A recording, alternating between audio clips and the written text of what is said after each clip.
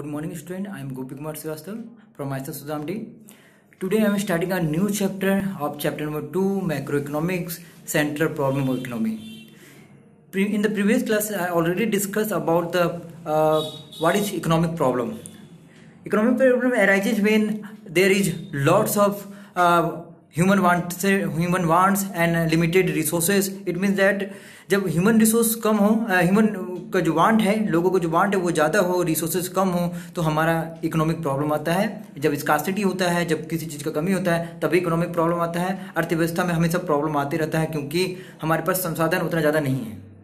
तो इस कारण से हमारा क्या होता है कि हमें हमेशा प्रॉब्लम क्रिएट करना पड़ता है. प्रॉब्लम होता है ताकि क्योंकि लोग का वांट ज़्यादा है, अनलिमिटेड वांट है. लोगों को अगर कुछ भी मिल जाए तब भी वो ज़्यादा वांट करेंगे. अगर उसे अच्छे फैसिलिटी है तो वो और अच्छा फैसिलिटी चाहते हैं. तो इस प्रकार से क्या होता है, हमारा इकोनॉमिक तो संसाधन है नहीं, जिसकी वजह से वांट्स ज़्यादा होने की वजह से इकोनॉमिक प्रॉब्लम क्रिएट होते रहता है.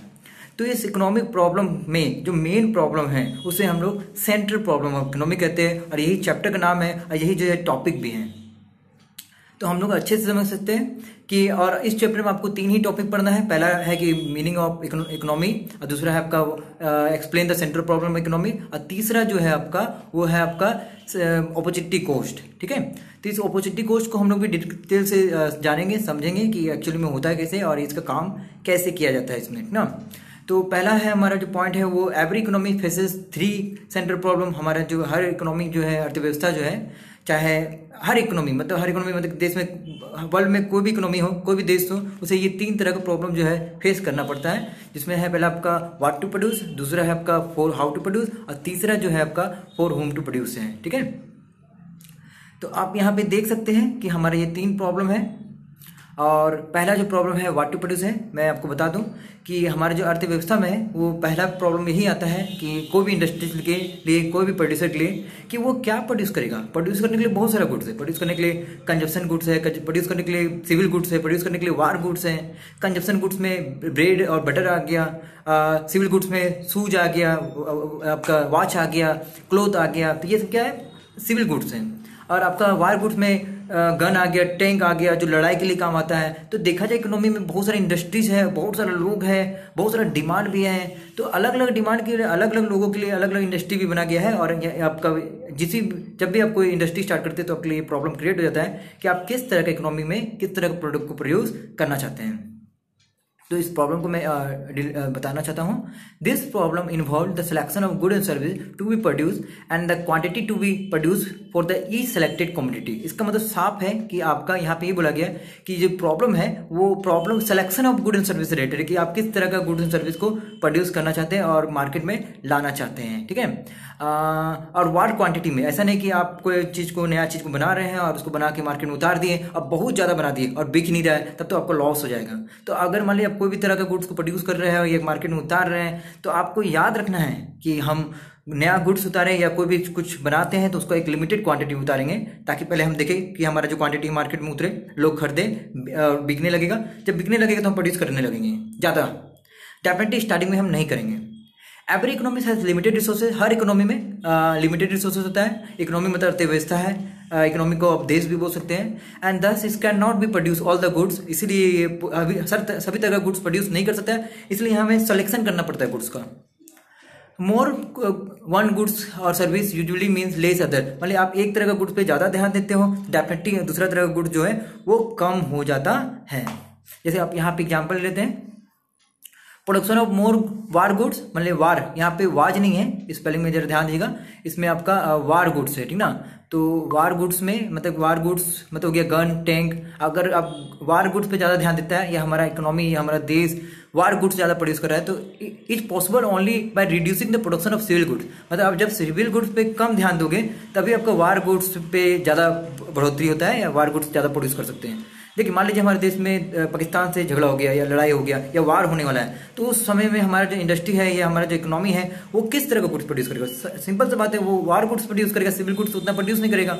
अब हमें सिविल गुड्स प्रोड्यूस करना कब चाहिए, जब हमें जरूरत है, जब हमारा अर्थव्यवस्था ज़्यादा अच्छा चलेगा, जब हमारा देश स्टेब्लिश है, ठीक है, डेवलप्ड हो गया है, तब हम लोग उस पर ध्यान देंगे. तो जैसा सिचुएशन होता है उस तरह का गुड्स प्रोड्यूस करते हैं. इकोनॉमी में ये प्रॉब्लम आ जाता है.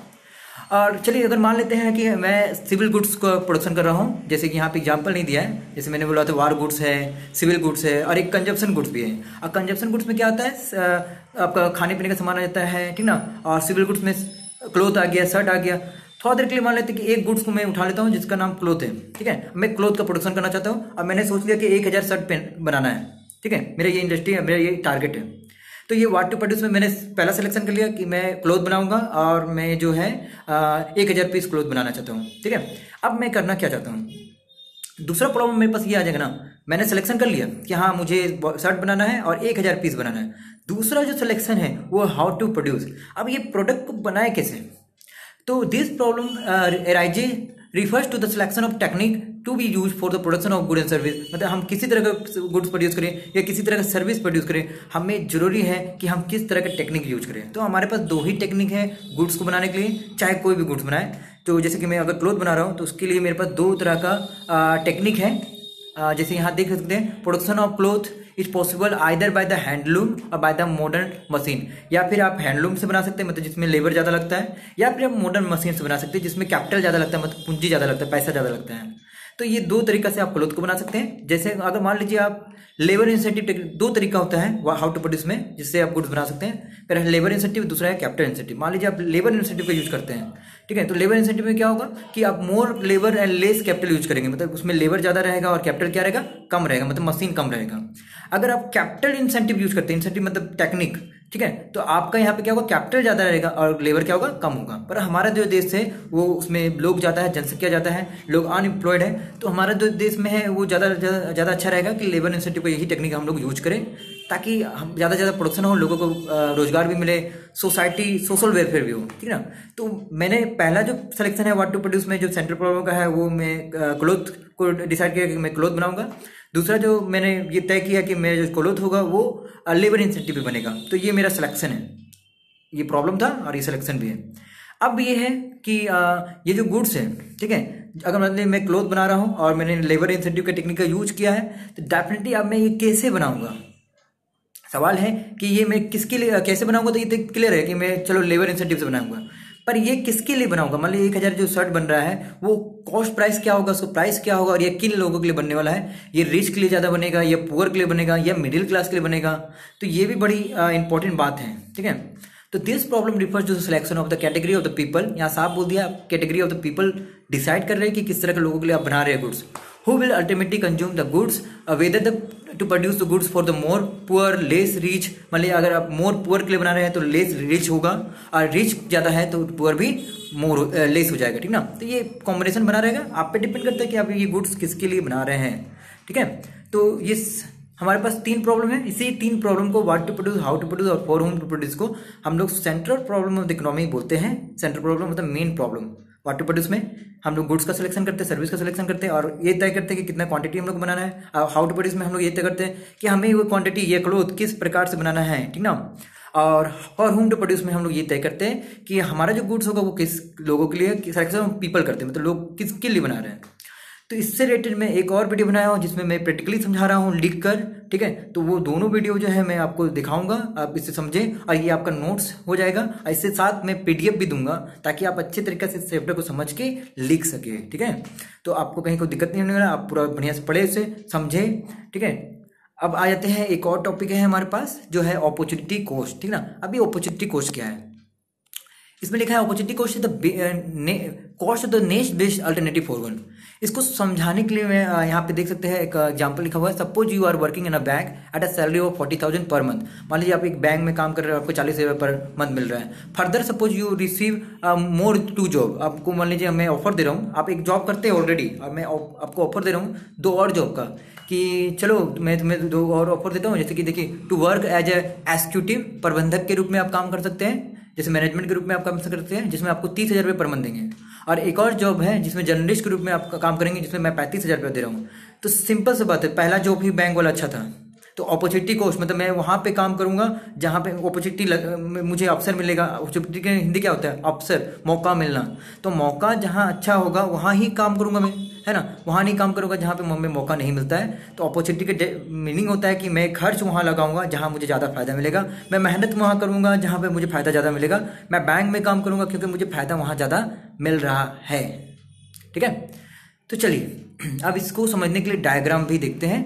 In the given case the opportunity cost of the working in the bank is the cost of the next best alternative foregone. यहाँ सबसे अच्छा बोला गया जो हमारा जो अपॉर्चुनिटी कॉस्ट होगा वो बैंक होगा, और द नेक्स्ट बेस्ट अल्टरनेटिव मतलब दो अल्टरनेटिव जो दिए थे हमको, दो आपको ऑप्शन जो दिए थे वो आप छोड़ सके, इसको चॉइस कर सकते हैं। 35,000 को फॉरगॉन कर दीजिए, फॉरगॉन मतलब भूल जाइए और आप बैंक की ओर चले जाइए जहाँ पे 40,000 रुपये आपको मिल रहा है। तो इस डायग्राम को मैं आपको अच्छी तरह से डील कर देता हूँ। देखिए ये डायग्राम में देखिए यहाँ पे दिखाया गया है कि मान लीजिए मैं दो प्रोडक्ट लिया, व्हीट और राइस। ये जो अपॉर्चुनिटी कॉस्ट है उसमें आपको व्हीट और राइस के द्वारा मैं समझाने की कोशिश करता हूँ। ठीक है, कि आप देख सकते हैं यहाँ पे, इसे मैं और भी अच्छे से दिखा देता हूँ। ये देखिए मैं इसको दिखाता हूँ।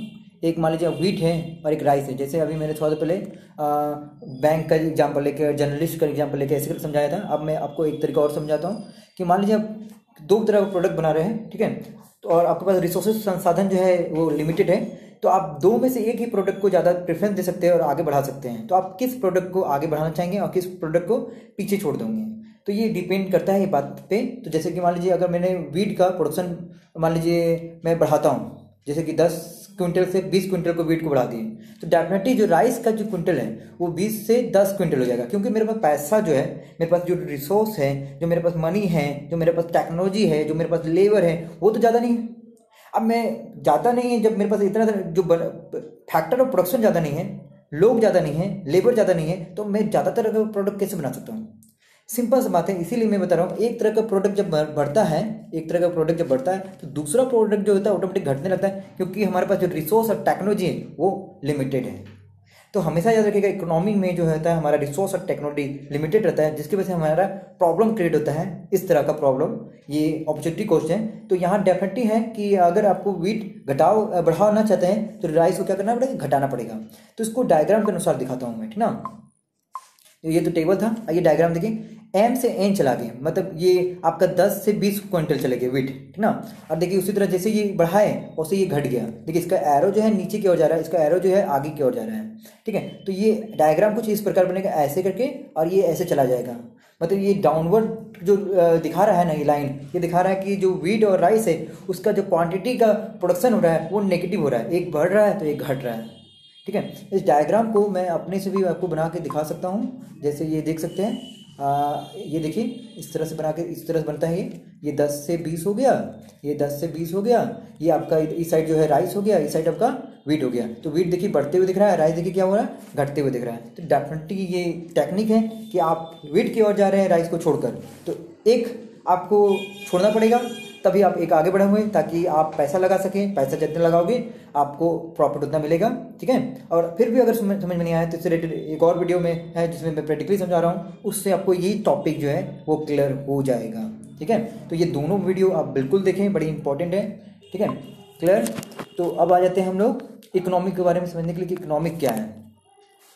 चलिए देखते हैं इकोनॉमिक का मतलब देखते हैं। An economy is a system which provide people the means to work and earn a living. Economic system है, इकोनॉमिक क्या है, सिस्टम है जहाँ पे लोगों को क्या होता है कि एक मीन्स मिलता है, एक रास्ता मिलता है, एक साधन मिलता है कि वो गुड्स को बना सकें, वो काम कर सके। मीन्स टू वर्क मतलब अगर मुझे साधन नहीं मिलेगा, मुझे काम नहीं मिलेगा, तो मैं अर्न अ लिविंग में मैं कैसे कमाऊंगा, मैं कैसे खाऊंगा, ठीक है। तो डेफिनेटली यहाँ पे होता है अर्थव्यवस्था जो है, इकोनॉमी जो है, हमें सिखाता है कि हम पैसा काम कैसे करें, जॉब कैसे ले, सेटल कैसे हो और कैसे कमाएं। तो ये जो सिचुएशन है, ये जो प्रोसेस है, वो आपका इकोनॉमी सिखाता है। जैसे आप देख सकते हैं यहाँ पे, देखिए जो हमारा ये टॉपिक है, जैसे आप फैक्ट्री में काम कर सकते हैं, माइंस में काम कर सकते हैं, शॉप में काम कर सकते हैं। तो ये जब भी किसी जगह पे काम करते हैं, किसी ऑर्गेनाइजेशन में काम करते हैं, किसी इंस्टीट्यूशन में काम करते हैं, तो आपको क्या होता है, आप लिविंग अर्न करते हो, पैसा कमाते हो। और इसी तरह ये आपका इकोनॉमी कहलाता है, क्योंकि इकोनॉमी जो है हमारा अर्थव्यवस्था है, उसमें सभी चीज़ क्या होता है, मिला रहता है, ठीक है। हमारा जो अर्थव्यवस्था है उसमें कॉलेज है, उसमें फैक्ट्री है, उसमें कॉलेज शॉप है, तो हर चीज़ों से मिलकर ही जो हमारा है ये इकोनॉमिक बना है, ठीक है। Thank you, this video is completed and write all the question answer, and I have lots of questions related to this chapter also. The first question is what is economy, या write the meaning of economy, and the second question is explain the central problem of economy, आपको central problem of economy को बताना है। और तीसरा question है define opportunity cost. These are the 3 question you have to write about and make it. Thank you.